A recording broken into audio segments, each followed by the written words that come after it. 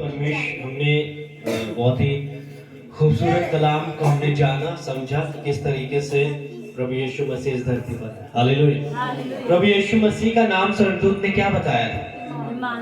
Emmanuel, जिसका अर्थ क्या है? परमेश्वर हमारे साथ है। परमेश्वर हमारे साथ है। Hallelujah, hallelujah. और ये संदेश कौन लेकर के आया था? स्वर्गदूत। क्या नाम था स्वर्गदूत का? क्या नाम था? पक्का कंफर्म है? जिब्राइल फरिश्ता। हालेलुया। तो कितनी खुशखबरी की बात है कि खुशखबरी कोई मनुष्य नहीं लेकर आया। जब यीशु मसीह का जन्म हुआ वो किसी औरत और आदमी के मिलाप से नहीं हुआ।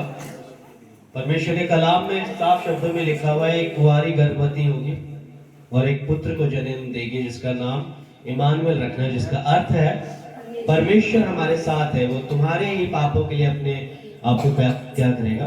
कुर्बान करेगा। हालेलुया। तो जो यीशु नासरी का जो जन्म हुआ है, यीशु मसीह का जो जन्म हुआ, किसी मनुष्य की वजह से नहीं बल्कि पवित्र आत्मा की वजह से।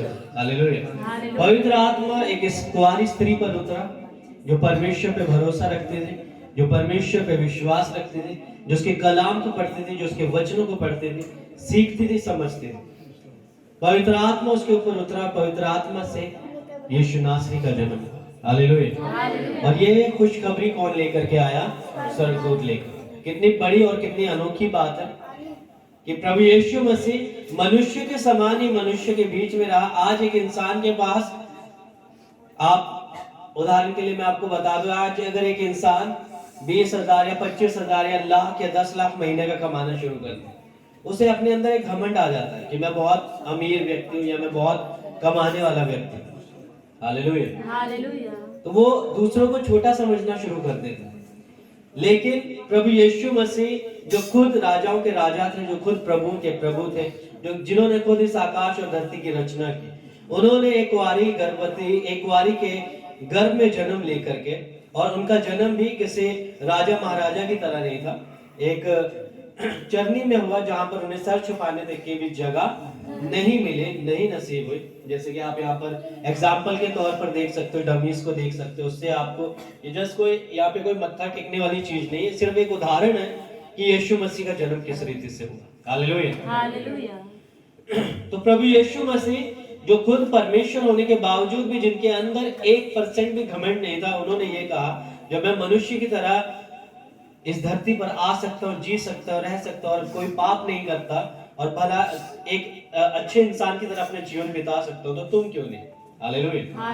तो उन्होंने हमारे लिए एक सैंपल छोड़ करके गए, एक उदाहरण छोड़ करके गए कि हम भी क्या करें, प्रभु यीशु मसीह को ही अपना उद्धारकर्ता माने। यहाँ पर आपको किसी मनुष्य को पहला स्थान नहीं देना है। आपको ये नहीं कहना है कि ये पास्टर बहुत महान है या ये पास्टर बहुत बड़ा है, ये सेवक बहुत बड़ा है। नहीं, हम सबसे भी बड़ा कौन है?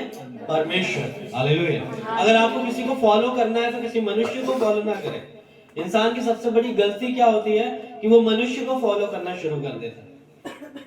लेकिन मनुष्य एक गलतियों का पुतला है। हमें पता है, हमें खुद भी पता है कि हमसे जाने अनजाने में बहुत सी गलतियां हो जाती हैं। हालेलुया। लेकिन परमेश्वर का वचन कहता है जैसा मैं हूं वैसे तुम बनो। हालेलुया। परमेश्वर यीशु मसीह खुद कहता है जैसा मैं हूं वैसे बनो।